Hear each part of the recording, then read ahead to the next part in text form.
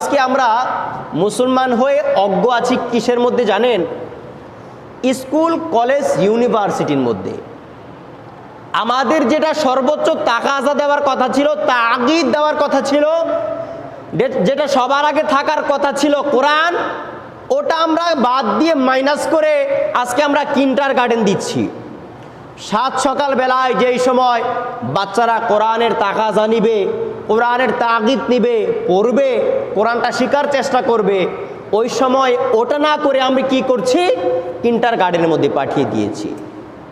মনে রাখবেন, কিয়ামতের ময়দানের মধ্যে যে সময় আল্লাহ পাক রব্বুল আলামিন সন্তানকে বলবে জাহান্নামে চলে যা, সন্তান ডাক দিয়ে বলবে না না, একা জাহান্নামে যাব না। কেন একা জাহান্নামে যাবি না? কারণ সন্তান ওই দিন বলবে যে মা, যে বাবা, যে দাদা, যে দাদি আমাকে কোরআনের তাগিদ দেয় নাই, নামাজের তাকাজা দেয় নাই, যে মা বাবা আমাকে কোরআনের কোনো কিছুই আমাকে শিক্ষা দান করে নাই, হাদিসের কোনো বার্সই শিখায় নাই, সেই মা বাবাকে ছাড়া আজকে জাহান্নামে যাব না। চিৎকার দিয়ে বলে